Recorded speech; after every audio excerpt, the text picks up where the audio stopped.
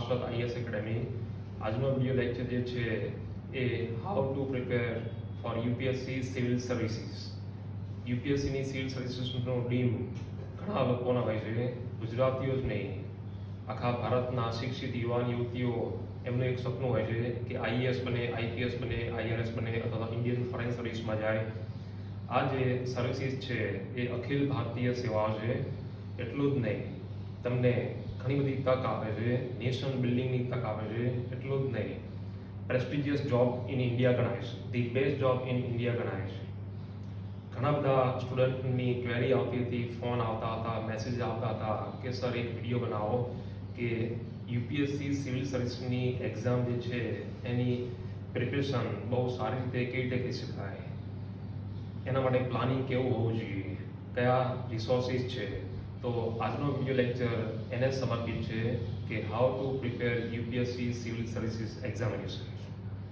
આ વિડીયો થોડો લાંબો છે કેમ કે કોમ્પ્રિહેન્સિવ ઇન્ફોર્મેશન આપવાનો પ્રયત્ન કરવામાં આવે છે, એટલે 35-40 મિનિટ લેશે. પણ જો તમે આ વિડીયો પૂરેપૂરો જોશો તો તમારે બીજો કોઈ વિડીયો જોવાની જરૂર નહીં પડે. હવે યુપીએસસી સિવિલ સર્વિસની એક્ઝામ જે છે દર વર્ષે લેવાય છે, ગુજરાતી મીડિયમમાં પણ આપી શકાય છે, એ તો આપ સૌ જાણતા હશો. હવે યુપીએસસી સિવિલ સર્વિસની એક્ઝામ જે છે, ટુ ધ પોઈન્ટ જ વાત કરીએ. સિવિલ સર્વિસની એક્ઝામ જે છે એની શરૂઆત કરતાં પહેલાં તમારે અમુક બાબતો જાણવી જરૂરી છે. સૌથી ઇમ્પોર્ટન્ટ બાબત એ છે કે નો થાય સેલ્ફ, મતલબ કે તમારે તમારી જાત વિશે જાણવાનું છે. આ બહુ જરૂરી હોય છે. દરેક ઉમેદવારે જેનું એક સપનું છે કે આઈએએસ બને, આઈપીએસ બને, આઈએફએસની કેડર લે, તો સૌથી ઇમ્પોર્ટન્ટ બાબત એ છે, પછી એ 10મા ધોરણમાં હોય, 12મા ધોરણમાં હોય, કોલેજમાં હોય કે પછી કોલેજ પૂરી કરી ચૂક્યો હોય કે કરી ચૂક્યા હોય, તો પણ સૌથી પહેલી બાબત એ છે કે આપણે આપણી જાત વિશે જાણવું છે. મતલબ કે તમારે તમારી સ્ટ્રેન્થ કેવી છે અને વીકનેસ કેવી છે એ વિશે તમને સાચી ખબર હોવી જોઈએ. આ બહુ જરૂરી એટલા માટે પણ છે કે ઘણા લોકોને પોતાની વીકનેસ કઈ હોય છે એની ખબર નહીં હોતી અને એનું પરિણામ ભોગવવું પડે છે. પોતાની સ્ટ્રેન્થ્સ એ વિશે પણ જાણવું જરૂરી છે, કેમ કે આ એક્ઝામ જે છે એ થોડી લોંગ ટર્મ છે. મતલબ કે 2-3 વર્ષ રહે છે. 2-3 એટેમ્પ, પહેલા એટેમ્પમાં પણ ક્રેક કરી શકાય, પણ મોટાભાગના કેન્ડિડેટ્સને 2-3 એટેમ્પ થતા હોય છે. બીજું કે આની ડિમાન્ડ થોડી અલગ છે, એ પછી વાત કરીએ છીએ. ટૂંકમાં પોતાની સ્ટ્રેન્થ્સ કઈ કઈ છે. ફોર એક્ઝામ્પલ હું તમને કહી દઉં કે જો થ્રુઆઉટ ગુજરાતી મીડિયમમાં ભણેલા હોય અને ઇંગ્લિશમાં પકડ સારી ના હોય તો ઇંગ્લિશમાં તમારે ધ્યાન રાખવું પડશે. અંગ્રેજી થોડું સાઉન્ડ હોય તો અહીંયા મદદ સારી થઈ રહેશે, કેમ કે આનું ઓથેન્ટિક મટીરિયલ, એટલું જ ને ઓથેન્ટિક બોક્સ જે છે એ હિન્દી અથવા ઇંગ્લિશમાં હોય છે. એટલે જે લોકો, જે ઉમેદવારો ગુજરાતી મીડિયમમાં ભણેલા છે અને જો એમનું ઇંગ્લિશ વીક છે તો ઇંગ્લિશ ઉપર પહેલાંથી જ ધ્યાન આપે, અથવા કોઈ સબ્જેક્ટમાં વીકનેસ હોય, જેમ કે સાયન્સ બેકગ્રાઉન્ડ હોય પણ એમને હિસ્ટ્રી, જ્યોગ્રાફી કે ઇકોનોમી એમાં રસ ના હોય અથવા તો વીકનેસ હોય તો એ તરફ ધ્યાન આપવું જરૂરી છે. એ સિવાય જો કોઈ કેન્ડિડેટમાં આ પ્રકારની સ્કિલ એમાં કંઈ આગુ પાછું થયું હોય, મતલબ કે થોડું આમથી આમ હોય, તો એ પણ ધ્યાનમાં રાખવું જરૂરી છે. આ સ્કિલ જે છે યુપીએસસી સિવિલ સર્વિસની એક્ઝામ માટે મહત્વપૂર્ણ છે, અત્યંત મહત્વપૂર્ણ છે. હું તો કહું છું કે માત્ર સિવિલ સર્વિસની એક્ઝામ માટે જ નહીં, કોઈ પણ જોબ હોય અને જોબ સિવાય પણ ડેઇલી લાઈફમાં આ સ્કિલ જો તમારી પાસે હોય તો એનાથી જિંદગી જીવવી આસાન થઈ જાય છે. એટલું જ નહીં, સફળતા સારી રીતે પ્રાપ્ત કરી શકાય એમ છે, પોતાના લક્ષ્યને હાંસિલ કરી શકાય એમ છે. ડેઇલી લાઈફમાં પણ આ સ્કિલ બહુ મહત્વપૂર્ણ થતી હોય છે. હવે આ સ્કિલ એના પર પહેલાંથી જ તમારે ધ્યાનમાં રાખવાનું છે. જ્યારથી તમે યુપીએસસી સિવિલ સર્વિસનું એક સપનું બનાવ્યું છે અથવા તૈયારીનો આરંભ કરો છો ત્યારથી તમારે આ સ્કિલ ઉપર ધ્યાન રાખવાનું હોય છે. હું ડિટેલમાં અહીંયા વાત નહીં કરું કેમ કે વિડીયો ઘણો લાંબો થઈ જશે.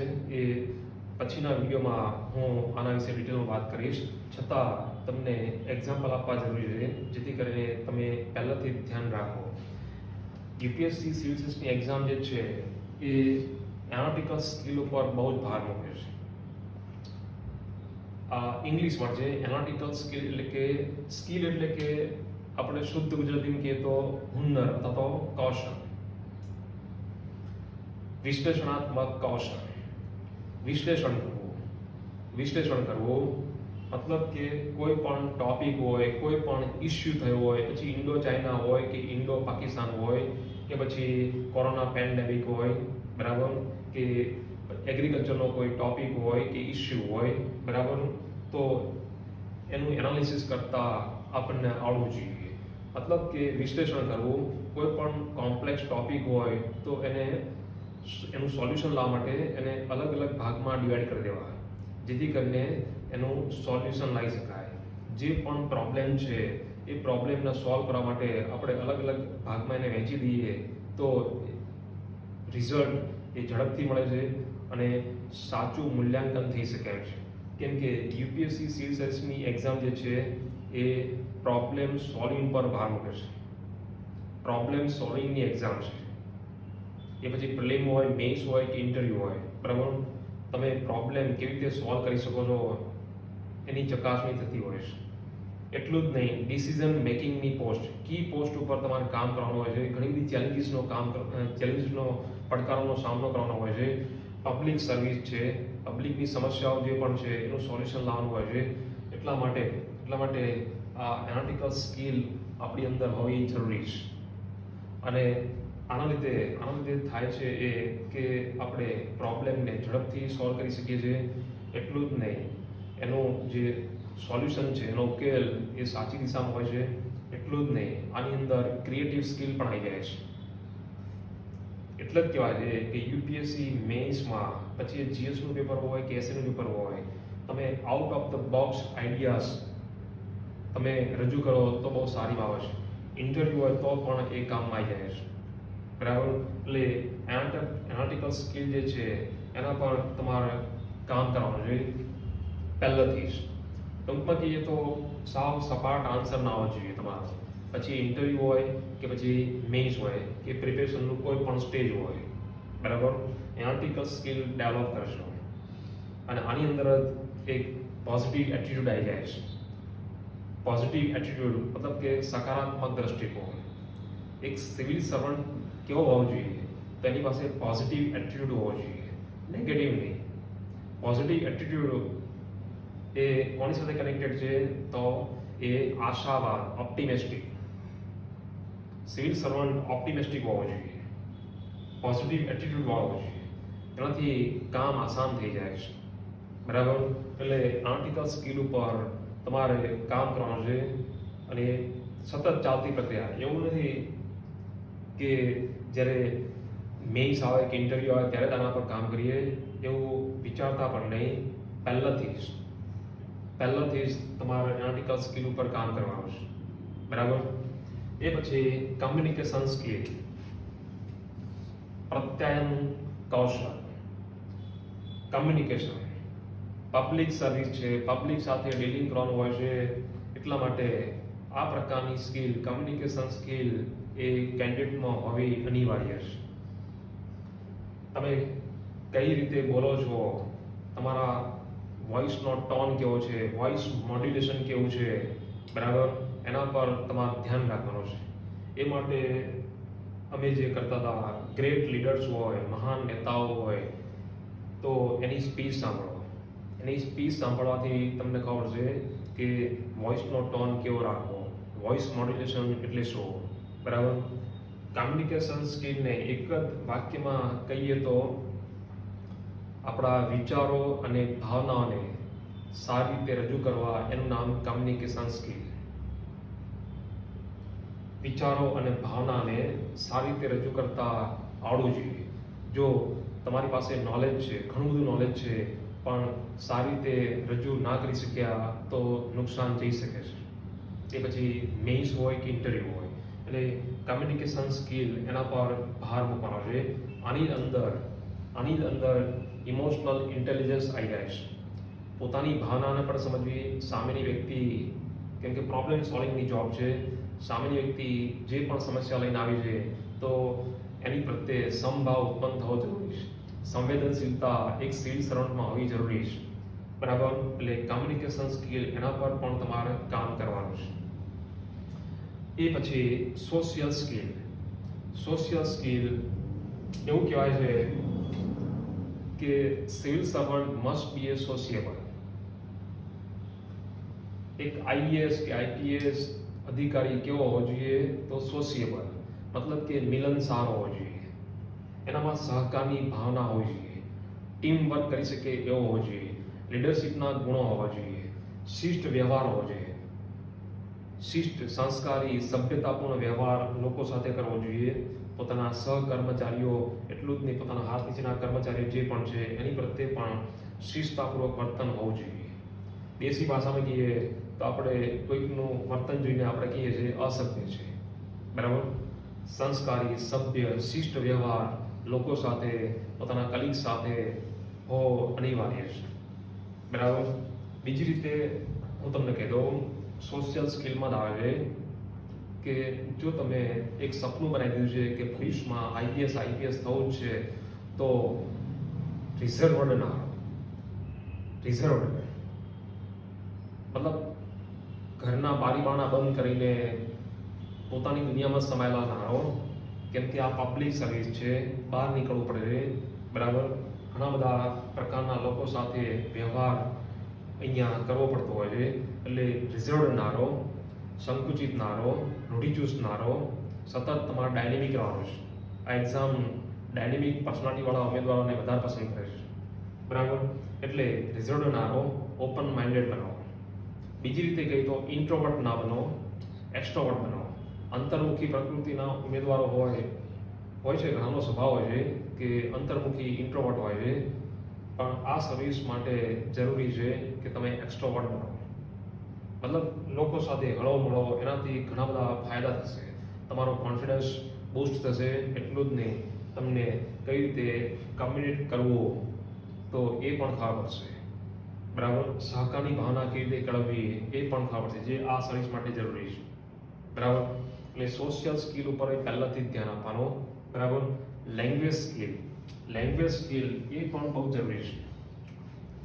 જેને ઘણા કેન્ડિડેટ કહેતા હોય છે રાઇટિંગ સ્કિલ, એ આની અંદર આવી જાય છે.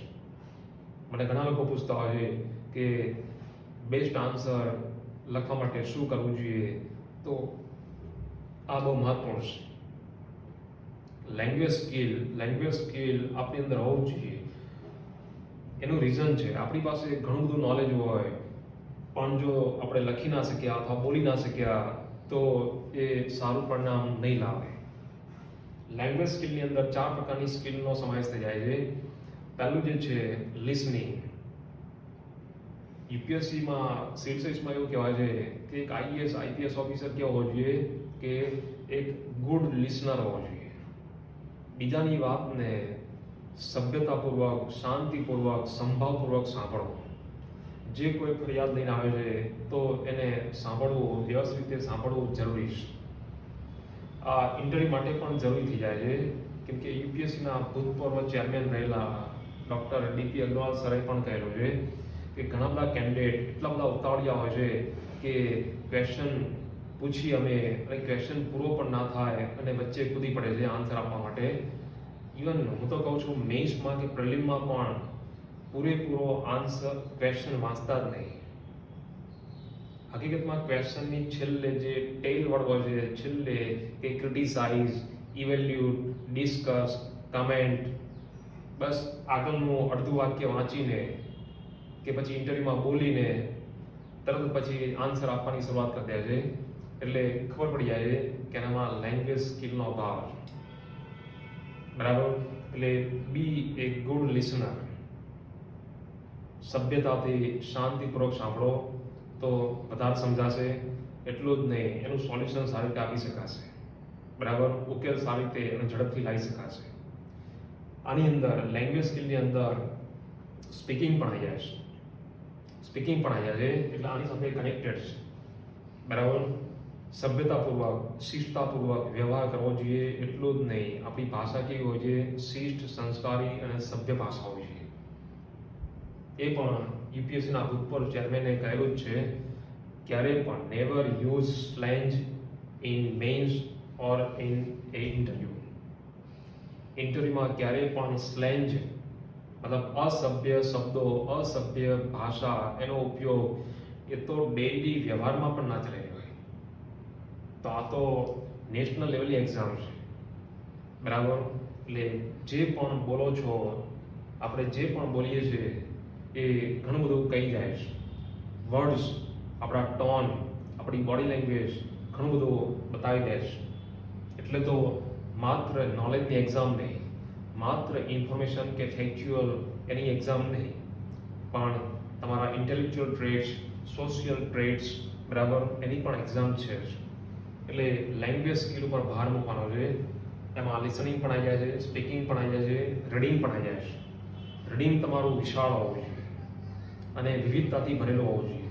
તો આપણા વિચારો એકદમ શાર્પ થશે, તીક્ષ્ણ થશે, સારા થશે, ઉદાર વિચારો થશે, ઉમદા વિચારો થશે, લોકતાંત્રિક વિચારો થશે, સહિષ્ણુતાનો જન્મ થશે. અને આ બધું તો જરૂર છે સિવિલ સર્વિસમાં, બરાબર? એટલે અહીંયા રીડિંગ પણ ઇમ્પોર્ટન્ટ છે. અને સૌથી ઇમ્પોર્ટન્ટ જે હવે હું કહું છું, જે ઘણા કેન્ડિડેટ્સ મને પૂછતા હોય છે કે કઈ રીતે લખવો, તો રાઇટિંગ સ્કિલ, બરાબર, લેખન કૌશલ એ પણ આની અંદર આવી જાય છે. લેખન કૌશલ મતલબ કઈ રીતે તમે લખો છો એ બહુ જ મેટર કરે છે. કેમ કે મેઇન્સ હોય કે ઇન્ટરવ્યુ હોય, ઇન્ટરવ્યુ બોલવાનું હોય છે, મેઇન્સમાં લખવાનું હોય છે. ત્યાં પેપર ચેકરના હાથમાં આપણી સપ્લિમેન્ટરી હોય છે, આન્સર શીટ હોય છે, અને એના પરથી જ આપણું નોલેજ જ નહીં, આપણી પર્સનાલિટી પણ ચેક થાય છે, બરાબર? એટલે સભ્ય ભાષા, ક્યારે પણ સ્લેંગનો ઉપયોગ નહીં કરવાનો. સભ્ય ભાષા, શિષ્ટ ભાષા, સંસ્કારી ભાષા અને ભાષાકીય શુદ્ધતા પણ આની અંદર આવી જાય છે. ઘણી બધી ગ્રામેટિકલ મિસ્ટેકો કરી હોય, છેકછાક કરી હોય, તો યુપીએસસી નોટિફિકેશન વાંચી લો તમે. યુપીએસસી પોતાની નોટિફિકેશનમાં કહી દીધું છે કે માર્ક્સ કાપવામાં આવશે, બરાબર? એટલે કહેવાનો મતલબ એ છે કે આ 4 પ્રકારની સ્કિલ ઉપર પહેલાથી જ તમારે ધ્યાન રાખવાનું છે. પછી એ 10મા ધોરણનો વિદ્યાર્થી હોય કે કોલેજમાં હોય કે પછી ગમે તે સ્ટેજે, એ ગમે તે ઉંમરે તૈયારી શરૂ કરે, આ ધ્યાનમાં રાખવાનું છે, બરાબર? આ પણ ધ્યાનમાં રાખવાનું છે. માની લો કે તમે 10મામાં હોય કે કોલેજમાં હોય કે ગ્રેજ્યુએશન કમ્પ્લીટ કરી દીધું હોય કે પોસ્ટ ગ્રેજ્યુએશન કમ્પ્લીટ કરી દીધું હોય કે જોબ કરતા હોય અને તમે ડિસિઝન લઈ લીધો છે, તમારું સપનું છે કે એની હાઉ યુપીએસસી સિવિલ સર્વિસની એક્ઝામ ક્રેક કરવી જ છે, તો હવે જે આવે છે એ તૈયારી. આ તો બધું સાથે જ ચાલવાનું છે. હવે તમે સપનું બનાવી દીધું છે કે એની હાઉ યુપીએસસી સિવિલ સર્વિસની એક્ઝામ ક્રેક કરવી છે, આઈએએસ આઈપીએસ બનવું જ છે, ઇવન આઈએફએસ ઇન્ડિયન ફોરેન સર્વિસમાં જવું છે કે આઈઆરએસ, બરાબર? હવે આ જે એક્ઝામ છે દર વર્ષે લેવાય છે. એના 3 સ્ટેજ છે. આ 3 stage prelim, mains, interview. Interview શબ્દ યોગ્ય નહીં, પર્સનાલિટી ટેસ્ટ એ શબ્દ વધારે યોગ્ય છે. યુપીએસસી પર્સનાલિટી ટેસ્ટ જ કહે છે. પણ આ 3 વિશે હું અત્યારે વાત નહીં કરું. એના સિલેબસ વિશે પણ અત્યારે વાત નહીં, એ અલગથી વિડીયોમાં વાત કરવામાં આવશે. સિલેબસ છે એ તમે અમારી વેબસાઇટ ત્યાં વિઝિટ કરશો તો તમે જોઈ શકશો, ફ્રીમાં ડાઉનલોડ કરી શકશો.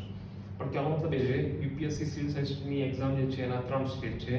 પહેલાં પ્રિલિમ લેવાય છે દર વર્ષે મે જૂનમાં, પછી મેઇન્સ હોય છે, મુખ્ય પરીક્ષાઓ છે ઓક્ટોબર નવેમ્બરમાં, બરાબર?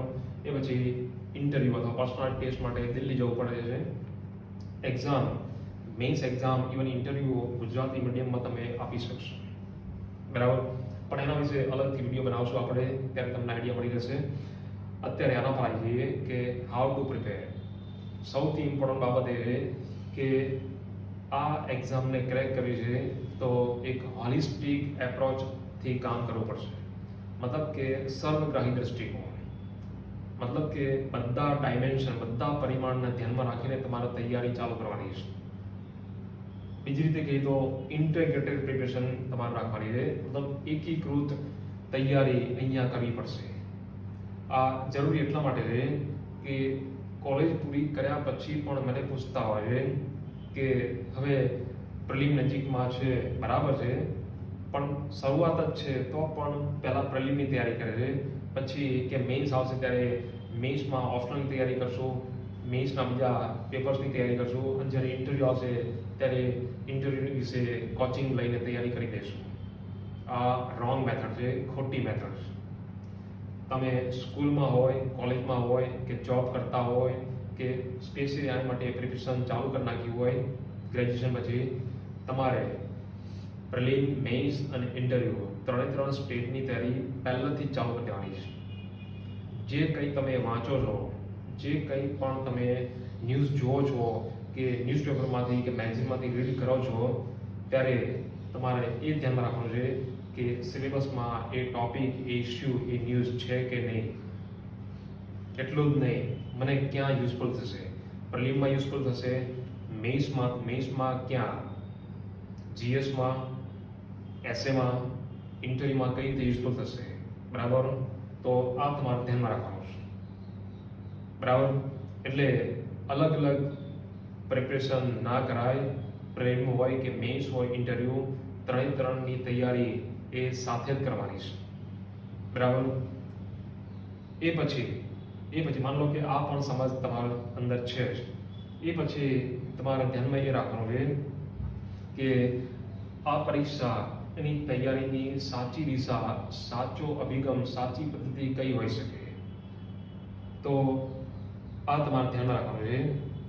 જ્યારે પણ તમે તૈયારી શરૂ કરી દો છો ત્યારે સૌથી પહેલાં એ જાણવું જરૂરી છે કે યુપીએસસી સિવિલ સર્વિસ એનું નેચર કેવું છે. આ બહુ જરૂરી છે. નહીંતર ખોટી દિશામાં તમે મહેનત કરશો અને સમય અને કરિયરની બરબાદી છે. આ જે પરીક્ષા છે, સિવિલ સર્વિસ સનદી સેવાની પરીક્ષા જે છે, એની પ્રકૃતિ, એનું નેચર સમજવું જરૂરી છે. એ મેં અહીંયા પણ કહી દીધું છે, કેમ કે નેશનલ લેવલની એક્ઝામ છે.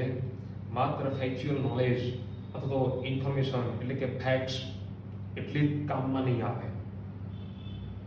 તમારે એનાલિટિકલ સ્કિલ ડેવલપ કરવી પડશે. આ પ્રકારની સ્કિલ ડેવલપ કરવી પડશે જે આની ડિમાન્ડ છે, આનું નેચર જ એવું છે, બરાબર. એટલું જ નહીં, છેલ્લા 3 વર્ષના પેપર તમે જુઓ તો પરીક્ષા વધુ કોમ્પ્લેક્સ થઈ રહી છે, ટફ થઈ રહી છે. જો કે બધી ટફ પણ નહીં, ડાયનેમિક થઈ રહી છે. એટલે એ તમારે ધ્યાનમાં રાખવું જ પડશે, બરાબર. યુપીએસસી ખુદ એની નોટિફિકેશનમાં કહી દે છે, એ તમે વાંચો તો પણ ઘણું બધું ક્લિયર થઈ જાય કે યુપીએસસી એક ઉમેદવાર પાસેથી શું અપેક્ષા રાખે છે. આ જે સર્વિસ છે એનું નેચર એવું છે કે પબ્લિક સર્વિસ છે. ડાયનેમિક કેન્ડિડેટ્સની જરૂર છે. ઓપ્ટિમિસ્ટિક પર્સન અહીંયા જોઈએ છે. પોઝિટિવ એટીટ્યુડ તમારી અંદર હોવો જરૂરી છે, બરાબર. એટલે એ તમે થોડું ધ્યાનમાં રાખજો. એ પછી જો પ્રકૃતિને જાણવી છે, આ જે સર્વિસ છે એનું નેચર કેવું છે એ જો તમારે પકડવું છે તો 2 રસ્તા છે. એક તો એનો સિલેબસ જુઓ. સિલેબસ ઉપરથી તમને ઘણો બધો આઈડિયા મળી જશે. એ સિવાય પ્રીવિયસ યર્સના ક્વેશ્ચન પેપર્સ, પાછલા વર્ષોના ક્વેશ્ચન પેપર્સ એ મસ્ટ છે, જોવા જ પડશે. જોવાથી જ તમને ખબર પડશે કે આ એક્ઝામનું નેચર કેવું છે, પ્રશ્નો કેવી પ્રકૃતિના પૂછાય છે, પછી પ્રિલિમ હોય, મેઇન્સ હોય કે ઇન્ટરવ્યુ હોય, બરાબર. મુખ્ય પરીક્ષામાં કેવા ક્વેશ્ચન પૂછાય છે, એસે કેવા પૂછાઈ રહ્યા છે, બરાબર. એટલે પરીક્ષાની પ્રકૃતિને જાણો. સિલેબસ તમારા ટેબલ પર હોવો જોઈએ. તમારા ટેબલ પર સિલેબસની કોપી હોવી જોઈએ. પછી જીએસ હોય કે ઓપ્શનલ સબ્જેક્ટ હોય, બરાબર.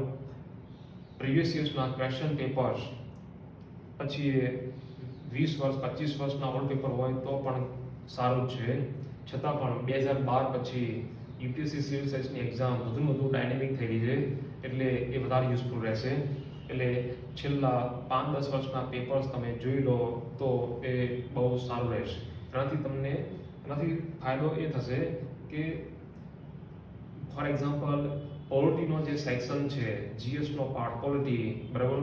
તો એમાં કેવા ક્વેશ્ચન પૂછાઈ રહ્યા છે, એ ક્વેશ્ચનનું નેચર કેવો છે, એના માટે કયા સોર્સનો ઉપયોગ કરો, કઈ ઓફિશિયલ વેબસાઇટનો ઉપયોગ કરો, એ તમને આઈડિયા મળશે. બરાબર. એનું વેટેજ કેવું છે એ પણ તમને ખબર પડી જશે. એટલે પ્રીવિયસ યર્સના ક્વેશ્ચન પેપર્સ એ મસ્ટ છે, ધ્યાનમાં લેવા જ પડશે. સિલેબસ તમારા માઇન્ડમાં હોવો જ જોઈએ. એવું કહેવાય છે કે જે પણ સિલેબસ આપ્યો છે, ફોર એક્ઝામ્પલ જીએસનો સિલેબસ જે છે એ સિલેબસ, જીએસનો સિલેબસ, એ જે ટોપિક છે, સિલેબસના જે પણ ટોપિક છે એના વિશે, દરેક ટોપિક વિશે 10 સબ ટોપિક તૈયાર કરી નાખો એટલે તમારું કામ આસાન થઈ જશે.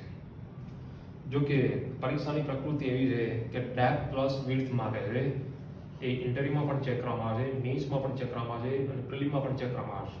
તમારું અન્ડરસ્ટેન્ડિંગ બહુ ડીપમાં હોવું જોઈએ, તમારો કન્સેપ્ટ એકદમ ક્લિયર હોવો જોઈએ, બેઝિક અન્ડરસ્ટેન્ડિંગ હોવું જ જોઈએ. તો જ તમે આગળ કંઈ કન્ક્લુઝન આપી શકશો, વ્યૂ આપી શકશો, ઓપિનિયન આપી શકશો. એટલે આ રાઈટ મેથડ છે, યોગ્ય પદ્ધતિ છે, એ તમે ધ્યાનમાં રાખજો. બરાબર. પરીક્ષાની પ્રકૃતિ કેવી છે, નેચર ઓફ ધ એક્ઝામ એ તમારે ધ્યાનમાં રાખવાનું છે. સિલેબસ, બરાબર. હવે જે પણ સિલેબસ છે એ સિલેબસ પ્રમાણે ઓથેન્ટિક સોર્સિસ હોવા જોઈએ. અહીંયા પણ ઘણા કેન્ડિડેટ્સ ભૂલ એ કરે છે કે ઘણી બધી બુક્સ લઈ આવે છે, ઘણા બધા કોચિંગ ક્લાસનું મટીરિયલ, બરાબર, અમુક 4 ન્યૂઝપેપર, મેગઝીન વાંચતા હોય છે. આ ટાઈમ વેસ્ટ. વાંચવું ઇમ્પોર્ટન્ટ નહીં, એ ધ્યાન રાખજો. વાંચવું, રીડિંગ ઇઝ નોટ ઇમ્પોર્ટન્ટ. 15 કલાક વાંચવાની કોઈ જરૂર નહીં. 8-10 કલાક રીડિંગ કરીને તમે આઈએએસની એક્ઝામ ક્રેક કરી શકો, પણ ફ્રૂટફુલ રીડિંગ હોવું જોઈએ, ડીપમાં રીડિંગ હોવું જોઈએ, અન્ડરસ્ટેન્ડિંગ ક્લિયર થવું જોઈએ, બેઝિક કન્સેપ્ટ ક્લિયર થવા જોઈએ. કેમ કે અહીંયા તમારું નોલેજ એને એપ્લાય કરવાનું હોય છે. બરાબર. સોર્સિસની વાત કરીએ તો સિલેબસ જે છે એ સિલેબસ પ્રમાણે ઓથેન્ટિક બુક્સ લઈ લો અને દરેક ટોપિક ઉપર બુક્સ લેવાની જરૂર છે નહીં. જેમ કે હિસ્ટ્રી સેક્શન છે તો બે બુક, હું માનું ત્યાં સુધી 2 બુક ઇનફ છે. પોલિટી સેક્શન, તેના માટે 1 બુક ઇનફ છે. બરાબર. કરંટ અફેર્સ માટે એકાદી ન્યૂઝપેપર ઇનફ છે. એ સિવાય ઇન્ટરનેટનો, વિકિપીડિયાનો ઉપયોગ પણ કરી શકશો. બરાબર. પણ સોર્સિસ બને તેટલા ઓછા રાખો અને ઓથેન્ટિક સોર્સનો ઉપયોગ જ કરો.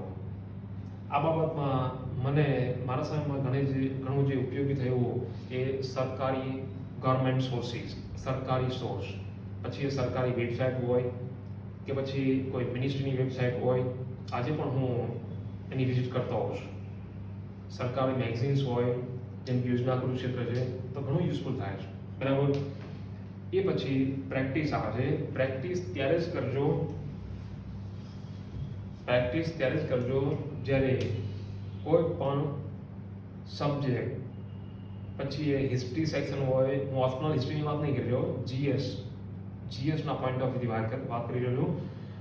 જ્યારે કોઈ પણ સબ્જેક્ટ એનું મિનિમમ 3 વખત રિવિઝન થઈ ચૂક્યું હોય, બેઝિક કોન્સેપ્ટ ક્લિયર હોય, ડેપ્થ અન્ડરસ્ટેન્ડિંગ થઈ ચૂક્યું હોય, પ્રીવિયસ યર્સના ક્વેશ્ચન પેપર જોઈ લીધા હોય અને એ પછી જ તમારે પ્રિલિમના મોક ટેસ્ટ આપો અથવા મેઇન્સમાં આન્સર રાઇટિંગ કરો. બરાબર.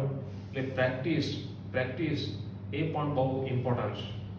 પ્રેક્ટિસ કરવાથી જ આપણને ખબર પડે છે કે આપણું જે પણ નોલેજ છે એને કેવી રીતે એપ્લાય કરવું.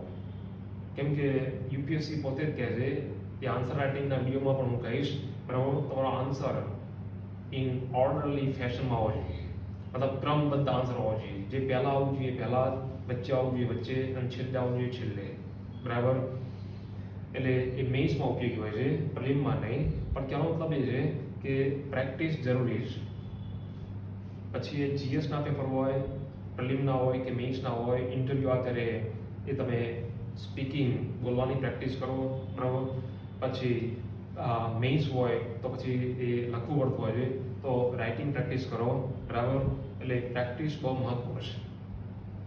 પણ 3 વખત રિવિઝન કરી ચૂક્યા હોય, ટોટલ અન્ડરસ્ટેન્ડિંગ આવી ચૂક્યું હોય, એ પછી જ તમે પ્રેક્ટિસ કરજો. અધૂરા જ્ઞાનથી પ્રેક્ટિસ ક્યારેય ના કરતા, નહીં તો ડિપ્રેશન આવી જશે. બરાબર. કોઈ પણ સબ્જેક્ટને, કોઈ પણ ટોપિકને તમે એના બધા ડાયમેન્શન સમજી જાઓ, બધા ડાયમેન્શન તમે કવર કરો, અને પછી એ જે સબ્જેક્ટ છે એના સિમ્પલ ક્વેશ્ચનની પ્રેક્ટિસ નહીં, ક્યારેય ના કરતા. કમ્પેરેટિવ ક્વેશ્ચન હોય, ટફેસ્ટ ક્વેશ્ચન હોય, સૌથી ડિફિકલ્ટ લેવલના ક્વેશ્ચન હોય, એની પ્રેક્ટિસ કરો. આ જરૂરી છે. બરાબર. એટલે આ રીતે એની યોગ્ય પદ્ધતિ તૈયારી. બરાબર. હવે સિવિલ સર્વિસની એક્ઝામ જે છે એ તૈયારી ક્યારે શરૂ કરી દેવી જોઈએ? આ ક્વેશ્ચન પણ ઘણા કેન્ડિડેટ સ્કૂલના, કોલેજમાં છે, કોલેજ પૂરી કરી ચૂક્યા છે, એ લોકો મને પૂછતા હોય છે. ઇવન જોબમાં છે એ લોકો પણ મને પૂછતા હોય છે, સિવિલ સર્વિસની તૈયારીનો યોગ્ય સમય કયો હોવો જોઈએ? જો તમે ડ્રીમ બનાવ્યું છે, નાની ઉંમરે આઈએએસ આઈપીએસ થવાનું જો ડ્રીમ બનાવ્યું છે, તો મારી સલાહ એ છે કે જ્યારે તમે સ્કૂલમાં હોય, ખાસ કરીને 10મા 12મા ધોરણમાં હોય, ત્યારે ધીરે ધીરે એના પર કામ ચાલુ કરી દેવું જોઈએ. આમાં એજ ફેક્ટર વિશે પણ તમારે ધ્યાનમાં રાખવાનું છે. કેમ કે જનરલ કેટેગરી માટે 32 વર્ષની એજ લિમિટ છે અને 6 એટેમ્પ, તો તમે જાણતા હશો. એ વિશે અહીંયા વાત કરવા માંગતો નહીં, એ તમે એ નેટ પરથી પણ જોઈ શકશો. પણ કહેવાનો મતલબ એ છે કે મારું એવું માનવું છે કે મોડામાં મોડા તમારે 23 વર્ષની ઉંમર તો તૈયારી ચાલુ કરી જ દેવી જોઈએ, અને એ પણ ગંભીરતાપૂર્વક. એ સિવાય જો તમે પહેલાથી ડ્રીમ બનાવ્યું છે કે બીજી કોઈ નોકરી કરવી જ નથી, બેકગ્રાઉન્ડ મજબૂત છે, અને આઈએએસ આઈપીએસ એટલે કે સિવિલ સર્વિસમાં જવું છે, તો તમારે 10મા 12મા ધોરણમાં ત્યારથી જ તૈયારી એ ચાલુ કરી દેવી જોઈએ. મતલબ કે civil service, UPSC civil service, એનો પરિચય કેળવો, એના પર ધ્યાન આપો, એનો સિલેબસ શું છે, એની ડિમાન્ડ કેવી છે, એ વિશે જાણતા લોકો એની સાથે મુલાકાત કરો, તો પણ તમને ઘણું નોલેજ મળી જશે. એટલે જો સપનું જ બનાવી દીધું છે, તો 10મા 12મા ધોરણથી તમારે એ તરફ ધ્યાન આપવું જરૂરી છે. બીજું કે કઈ રીતે 10મા 12મા ધોરણના જે પણ વિદ્યાર્થીઓ છે અને જે આ વિડીયો જોઈ રહ્યા છે, એમને મારી સલાહ એ છે કે 10મા ધોરણમાં હોય કે 12મા ધોરણમાં હોય, મતલબ 10મું 11મું 12મું, આ જે વર્ષો છે, અને તમે જો સપનું બનાવ્યું છે, તો તમારા જે સ્કૂલ લેવલના સબ્જેક્ટ છે એના પર વધુ ધ્યાન આપજો. અહીંથી જ એનસીઆરટી બુક્સ વાંચવાની જરૂર નહીં, અમારી સલાહ છે. પછી તમારે વાંચવી હોય તો વાંચી શકો, પણ સ્કૂલમાં 10મા ધોરણમાં, 11મા ધોરણમાં, 12મા ધોરણમાં તમે જે બુક્સ વાંચશો, એ પછી તમે ઇંગ્લિશ મીડિયમમાં હોય કે ગુજરાતી મીડિયમ કે હિન્દી મીડિયમ, તમે જે બુક્સ વાંચશો, પછી એ જ્યોગ્રાફીની હોય, હિસ્ટ્રી કલ્ચરની હોય, ઇકોનોમીની હોય, સોશિયલ સાયન્સની હોય, બરાબર, પોલિટિકલ સાયન્સની હોય, એ ભવિષ્યમાં યુપીએસસી સેશનની એક્ઝામમાં જે જીએસ છે એનો બેઝ બનાવે છે. એટલે અહીંયા હું એ સલાહ આપું છું કે સ્કૂલના સબ્જેક્ટ ઉપર તમે ધ્યાન આપો. બીજું કે માની લો કે તમે ગુજરાતી મીડિયમમાં હોય તો ઇંગ્લિશ સારું કરતા રહો, અને ઇંગ્લિશ મીડિયમમાં હોય અને જો તમને એવું લાગે છે કે મારો કોઈ સબ્જેક્ટ વીક છે, તો એના પર ધ્યાન આપો. એટલું જ નહીં, આ બધી સ્કિલ જે છે, આ 4 પ્રકારની સ્કિલ, એ તો સતત ધ્યાનમાં રાખવાનું જ છે, પણ અહીંથી જ તમે ધ્યાનમાં લો 10મા 11મા 12મા ધોરણથી જ. બરાબર. એટલું જ નહીં, તમારા ઇન્ટરેસ્ટ કયા છે, હોબીઝ કઈ છે, એના પર તમે ફોકસ કરો. કેમ કે ઇન્ટરવ્યુમાં ક્વેશ્ચન હોબી વિશે પૂછાતા હોય, ક્યારેક આખું ઇન્ટરવ્યુ હોબી પર જાય છે. ઇન્ટરેસ્ટ અને હોબીમાં અલગ વસ્તુ ફેર છે, એ પછીના વિડીયો લેક્ચરમાં વાત કરશું. પણ જે પણ તમારો ઇન્ટરેસ્ટ હોય, ક્રિકેટમાં ઇન્ટરેસ્ટ હોય તો એના પર થોડું ધ્યાન આપો. બરાબર. જો તમારી હોબી હોય, ક્રિકેટ એ હોબી જ છે, બરાબર, તો બહુ ટેપમાં જાઓ. એ સિવાય એક્સ્ટ્રા કરિક્યુલર એક્ટિવિટીઝમાં ભાગ લો, કેમ કે આ એક્ઝામની ડિમાન્ડ છે. એનાથી ઘણી બધી સ્કિલ તમારી અંદર ડેવલપ થઈ જશે. અભ્યાસ સિવાયની પ્રવૃત્તિઓમાં પણ ભાગ લો. જો તમારો ઇન્ટરેસ્ટ હોબી છે તો એમાં ભાગ લો. બરાબર. મ્યુઝિકમાં ભાગ લો, એસે રાઇટિંગમાં ભાગ લો, નિબંધ લેખનની જે હરીફાઈઓ છે એમાં પણ ભાગ લો. બરાબર. પેલા જીકે ક્વિઝ હોય તો એમાં પણ ભાગ લો, સ્પોર્ટ્સમાં ભાગ લો. બરાબર. એટલે કહેવાનો મતલબ એ છે કે આનો ભવિષ્યમાં સિવિલ તમને ઘણો બધો ફાયદો થશે. અને સૌથી ઇમ્પોર્ટન્ટ એ છે કે 10મા ધોરણમાં હોય, 11મા કે 12મા ધોરણમાં, સાયન્સ હોય, આર્ટ્સ હોય કે કોમર્સ હોય, તમે તમારા સબ્જેક્ટમાં બહુ સારી રીતે અન્ડરસ્ટેન્ડિંગ ડેવલપ કરી દો, એક બેઝિક અન્ડરસ્ટેન્ડિંગ ડેવલપ કરી દો, જેથી કરીને ભવિષ્યમાં જ્યારે સિરિયસલી તમે યુપીએસસીની સિવિલ સર્વિસની એક્ઝામની તૈયારી શરૂ કરી દો ત્યારે જીએસમાં એ ઘણું ઉપયોગી થઈ રહે. બરાબર. એટલે જે વિદ્યાર્થીઓ 10મા, 11મા, 12મા ધોરણમાં છે એમણે આ રીતે કામ કરવાનું છે. બરાબર. હવે જે ઉમેદવારો કોલેજમાં છે, મતલબ કે હજુ અંડર ગ્રેજ્યુએશનના પીરિયડમાં છે, ગ્રેજ્યુએશન કમ્પ્લીટ નહીં કર્યું, તો એ લોકોની તૈયારીનો અભિગમ કેવો હોય છે? મારી દૃષ્ટિએ હું કહું તો સૌથી ઉત્તમ સમય જે છે એ આ છે, કોલેજ કાળ. યુપીએસસીની સિવિલ સર્વિસની એક્ઝામ જે છે એની તૈયારીનો મને કોઈ પૂછે કે યોગ્ય સમય કયો, ઉત્તમ સમય કયો, તો હું બધાને એ જ કહું છું કે કોલેજનો સમય. મતલબ કોલેજના પ્રથમ વર્ષથી, ફર્સ્ટ યરથી જ, પછી એ 3 વર્ષની કોલેજ હોય કે 4 વર્ષની હોય કે 5, 5.5 વર્ષની એમબીબીએસ હોય, મેડિકલ સાયન્સ, બરાબર, તો પણ તમારા ફર્સ્ટ યર, પ્રથમ વર્ષથી, કોલેજના પહેલા વર્ષથી જ તૈયારી સિરિયસલી સ્ટાર્ટ કરી દેવી જોઈએ. આ પણ સારો જ છે 10મા 12મા ધોરણનો સમયગાળો, પણ અહીંયા તમે સમજો છો કે બીજા પણ સપના હોઈ શકે છે. બરાબર. પણ સૌથી ઉત્તમ સમયગાળો જે છે એ કોલેજનો સમયગાળો. બરાબર. એટલે કોલેજના પ્રથમ વર્ષથી જ તમારે આ બધું ધ્યાનમાં રાખવાનું છે. આ પણ ધ્યાનમાં રાખવાનું છે, ઇન્ટિગ્રેટેડ પ્રિપરેશન ચાલુ કરી દેવાની છે. બરાબર. અને કોલેજમાં માની લો કે પછી એ આર્ટ્સમાં તમે હોય, બીએ, બીકોમ, બીએસસી, એમબીબીએસ, બરાબર, બીબીએ, જે પણ હોય, ગ્રેજ્યુએશનનો જે સમયગાળો છે, આ સમયગાળો બહુ સારી રીતે તમે ઉપયોગ કર્યો તો કોલેજ પૂરી કર્યા પછી, મતલબ ગ્રેજ્યુએશન કમ્પ્લીટ કર્યા પછી એક જ એટેમ્પમાં, એક જ વર્ષે યુપીએસસીની એક્ઝામ ક્રેક કરી શકાય છે. અને તમે રિઝલ્ટમાં જોવો પણ છો.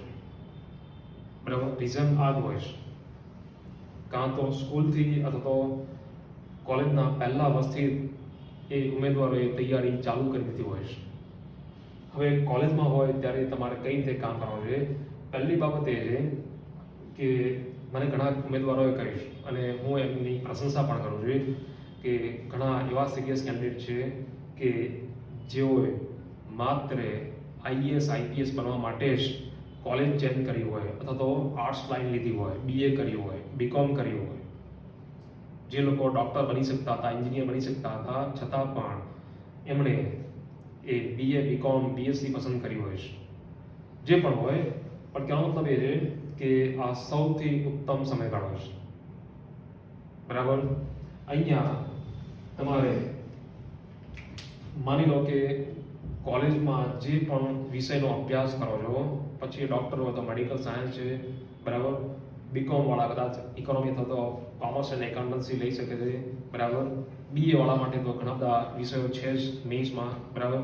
પણ કહેવાનો મતલબ એ છે કે જો તમને એવું લાગે કે કોલેજમાં મારો જે મુખ્ય વિષય છે એ જ યુપીએસસી મુખ્ય પરીક્ષામાં ઓપ્શનલ સબ્જેક્ટ તરીકે રાખવો જ છે, તો બહુ ડિટેલમાં અને ડેપ્થ પ્લસ વિડ્થમાં એ તૈયાર કરી દો. ટૂંકમાં મારો કહેવાનો મતલબ એ છે કે ઓપ્શનલ સબ્જેક્ટની તૈયારી કોલેજ દરમિયાન પૂરી કરી નાખો. અને માની લો કે કોલેજમાં હોવ અને ઓપ્શનલ સબ્જેક્ટમાં થોડું કન્ફ્યુઝન હોય તો એ મને પણ કોન્ટેક્ટ કરી શકે છે. બીજા સિનિયર હોય જેણે એક્ઝામ ક્રેક કરી હોય એને પણ કોન્ટેક્ટ કરી શકે, પૂછી શકે છે, ટ્રેન્ડ કેવો છે એના પરથી પણ જજમેન્ટ લઈ શકે એમ છે. પણ કોલેજ કાળ એ બહુ જ મહત્વપૂર્ણ છે આ સિવિલ સર્વિસની એક્ઝામ માટે. એટલે કોલેજ દરમિયાન તમારે સિરિયસલી આની પ્રિપરેશન ચાલુ કરી દેવાની હોય છે. જો તમારું સપનું છે આઈએએસ, આઈપીએસનું, બરાબર.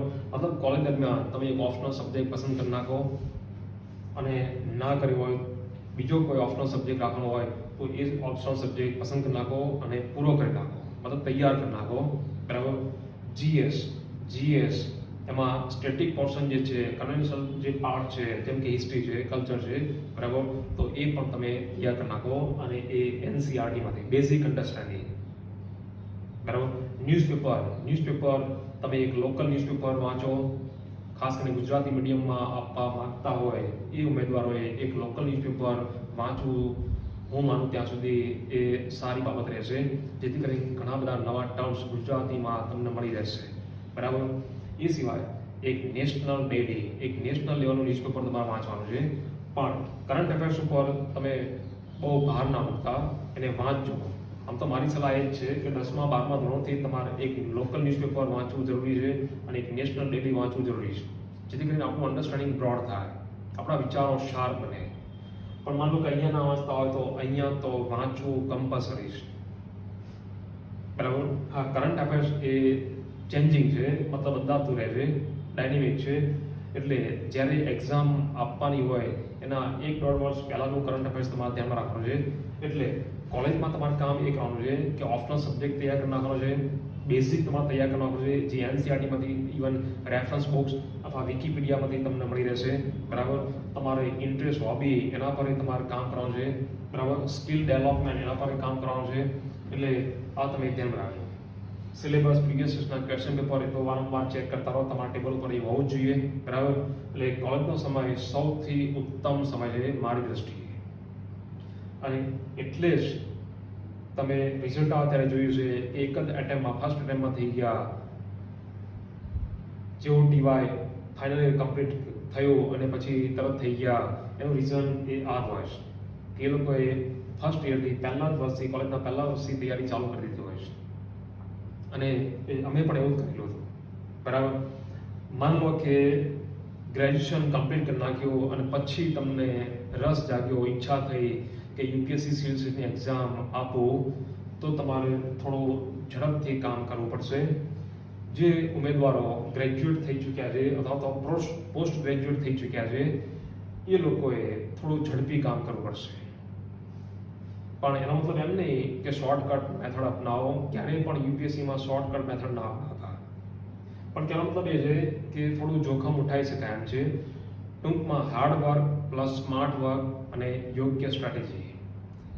મતલબ કે તમે સ્કૂલમાં હોય અને કોલેજમાં હોય ત્યારે 6ઠ્ઠા ધોરણથી લઈને 12મા ધોરણની એનસીઆરટી બધા સબ્જેક્ટની વાંચો તો બરાબર છે, પણ જ્યારે ગ્રેજ્યુએશન પૂરું થઈ ચૂક્યું હોય કે પોસ્ટ ગ્રેજ્યુએશન કમ્પ્લીટ થઈ ચૂક્યું હોય અને એજ પણ 24-25 થઈ ચૂકી હોય તો તમારે બધી એનસીઆરટી વાંચવાની જરૂર નહીં, પણ દરેક સબ્જેક્ટની 11મા 12મા ધોરણની એનસીઆરટી જોઈ લો અને એમાં રિસ્ક લઈ શકાય એમ છે. એ પછીના વિડીયો લેક્ચરમાં વાત કરશું. 11મા 12મા ધોરણની એનસીઆરટી ઇનફ છે. બરાબર. અને જો ઓપ્શનલ સબ્જેક્ટ પસંદ ના કર્યો હોય, તૈયાર ના કર્યો હોય તો તમારે 1-1.5 વર્ષની સઘન કોમ્પેક્ટ પ્રિપરેશન કરીને જીએસ અને ઓપ્શનલ સબ્જેક્ટની તૈયારી પૂર્ણ કરી દેવાની હોય છે. પછી તમે યુપીએસસીની એક્ઝામ આપો. અને અહીંયા પણ એ જ લાગુ પડશે, integrated preparation, prelim plus men's plus interview. ખોટા એટેમ્પનો બગાડ ના કરો. પછી એ રિઝર્વ કેટેગરીમાં આવતા હોય કે જનરલ કેટેગરીમાં આવતા હોય, કેમ કે છેલ્લા એટેમ્પમાં ખબર પડી જાય છે. બરાબર. એ સિવાય ગ્રેજ્યુએશન અથવા પોસ્ટ ગ્રેજ્યુએશન કમ્પ્લીટ થઈ ચૂક્યું હોય અને માની લો કે જોબ કરતા હોય, ઘણા કેન્ડિડેટ મને પૂછતા હોય છે કે જોબ છે, પછી એ સરકારી નોકરી હોય કે પ્રાઇવેટ સેક્ટરમાં જોબ કરતા હોય તો ઘણાના ફોન મને આવતા હોય છે કે હવે એનું પ્લાનિંગ કેવી રીતે કરવું. બરાબર. તો સ્માર્ટ વર્ક કરવું પડતું હોય છે. આ બધી બાબતો તમારે ધ્યાનમાં રાખવાની જ છે. હા, જોબ સાથે તમે જોબ છોડવાની વાત હું ક્યારેય નહીં કરતો, એ ઇન્ડિવિજ્યુઅલ છે. પણ કહેવાનો મતલબ એ છે કે જોબ સાથે તમે જ્યારે કામ કરતા હોય છે અથવા તૈયારી કરતા હોય છે ત્યારે હંમેશા એ તમારે ધ્યાનમાં રાખવાનું છે કે સ્માર્ટ વર્ક અને સ્ટ્રેટેજી ઉપર તમારે ધ્યાન આપવું જ પડશે. બીજું કે ડેઈલી તમારે જોબ સાથે 5-6 કલાક આ એક્ઝામને આપવા જ પડશે, નહીંતર ડ્યુરેશન વધી જશે. એક એટેમ્પનો બહુ સિરિયસલી ઉપયોગ કરવાનો હોય છે. એટલે જોબ સાથે પણ થઈ શકે એમ છે, બરાબર. ફ્રૂટફુલ રીડિંગ કરો, સ્માર્ટ સ્ટ્રેટેજી બનાવો અને પછી તમે આના નેચરને સમજી જાઓ તો પછી કામ આસાન થઈ જશે, બરાબર. એટલે આ રીતે સેલ્સ ટેસ્ટની તૈયારીનો અભિગમ હોવો જોઈએ. આ પદ્ધતિ અપનાવશો તો મને આશા છે કે આ વિડીયો તમને બહુ યુઝફુલ રહેશે. બીજું કે 4 વર્ષની સઘન તૈયારી આ છેલ્લે કેવું જરૂરી છે. 4 વર્ષની સખત મહેનત અને પ્રિલિમના 2 એટેમ્પ તો પણ માની લો કે પ્રિલિમ ક્રેક ના થાય તો મારી સલાહ એ છે કે પ્લાન બી તૈયાર રાખો. હું નેગેટિવ વાત નહીં કરતો, હું રિયલિસ્ટિક એપ્રોચની વાત કરી રહ્યો છું. એ તો યુપીએસસીમાં પણ એ જ છે કે આદર્શ વ્યૂ એને કોઈ સ્થાન નહીં, પ્રેક્ટિકલ વ્યૂ આપવા જરૂરી છે, પછી મેઇન્સ હોય કે ઇન્ટરવ્યૂ હોય. પણ કહેવાનો મતલબ એ છે કે સપનું છે, સખત મહેનત કરી રહ્યા છો તમે, યોગ્ય સ્ટ્રેટેજી પણ છે, બધા ફેક્ટર તમારા ફેવરમાં છે, છતાં પણ તમને જો એવું લાગે કે 4 વર્ષની સખત મહેનત થઈ, 2 એટેમ્પ આપી દીધા પ્રિલિમના અને પ્રિલિમ પણ ક્રેક નહીં થતી, તો તૈયારી છોડી દેવાની કોઈ જરૂર નહીં. કેમ કે યુપીએસસી ખુદ પોતે ઓલરેડી જનરલ કેટેગરીવાળાને 6 એટેમ્પ આપે છે, રિઝર્વ કેટેગરીવાળાને પણ આપે જ. તૈયારી છોડવાની વાત નહીં કરતો, તૈયારી ચાલુ રાખવાની, પણ જો જરૂરિયાત હોય તો પ્લાન બી તૈયાર રાખો, બરાબર. બીજું કે number of hours is not important. ઘણા બધા કેન્ડિડેટ મને પૂછતા હોય છે અને યુટ્યુબ પર વિડીયોમાં, ઇન્ટરનેટ ઉપર ઘણી ખોટી માહિતી પણ હોય છે કે આ એક્ઝામ માટે 15-16 કલાક, 17-18 કલાકની મહેનત જરૂરી છે. હા, શરૂઆત હોય, બિગિનર્સ હોય, એ આપણે ત્યારે સમજ ના હોય એટલે 8-10 કલાક એ જરૂરી હોય છે, ક્યારેક 11-12 કલાક થઈ જાય છે. પણ હું માનું ત્યાં સુધી મારા અનુભવ ઉપરથી number of hours is not important. તમે કેટલા કલાક વાંચો છો એ મહત્વનું નહીં, કયું વાંચો છો, કેટલું ડાયજેસ્ટ થાય છે, કેટલું સમજાય છે, એ બહુ મહત્વનું છે. અને આને રિલેવન્ટ હોવું જોઈએ. જે પણ વાંચો તમે એ સિવિલ સર્વિસને રિલેવન્ટ હોવું જોઈએ. ચોખ્ખું યુપીએસસી એ પોતે નોટિફિકેશનમાં લખીશ. એવા મુદ્દાઓ, પછી એ જીએસના હોય કે પછી એ ઇન્ટરવ્યૂની વાત હોય કે એસે હોય કે પ્રિલિમના ક્વેશ્ચન હોય, બરાબર. એવા મુદ્દાઓ અહીંયા આવરી લેવામાં આવશે, એવા ટોપિક અહીંયા આવરી લેવામાં આવશે જેનું રિલેવન્સ સિવિલ સર્વિસમાં હોય, બરાબર. આટલી વાત અહીંયા જરૂરી હતી. આશા છે કે આ વિડીયો તમને ઘણો ઉપયોગી રહેશે. છતાં પણ કંઈ પણ ડિફિકલ્ટી, ડાઉટ હોય તો નીચે ડિસ્ક્રિપ્શન બોક્સમાં મારો પોતાનો નંબર પણ છે, મોબાઈલ નંબર, એના પર કોન્ટેક્ટ કરી શકો. એટલું જ નહીં, અમારી વેબસાઇટ છે એની વિઝિટ લઈ શકો, એના પર પણ માહિતી છે, પ્રીવિયસના પેપર્સ પણ છે, સિલેબસ પણ છે, ફ્રીમાં ડાઉનલોડ કરી શકશો. એ સિવાય આના પછી પણ વિડીયો અમે આપીશું જ. અમારી યુટ્યુબ ચેનલ છે ઓપ્ટિમિસ્ટ સ્ટડી ઝોન, એને સબસ્ક્રાઇબ કરશો તો પણ એ તમને વિડીયો ત્યાંથી જોવા મળી શકશે. છતાં પણ કંઈ પણ ડાઉટ, ડિફિકલ્ટી હોય, મોસ્ટ વેલકમ, તમે અમારો કોન્ટેક્ટ કરી શકો છો.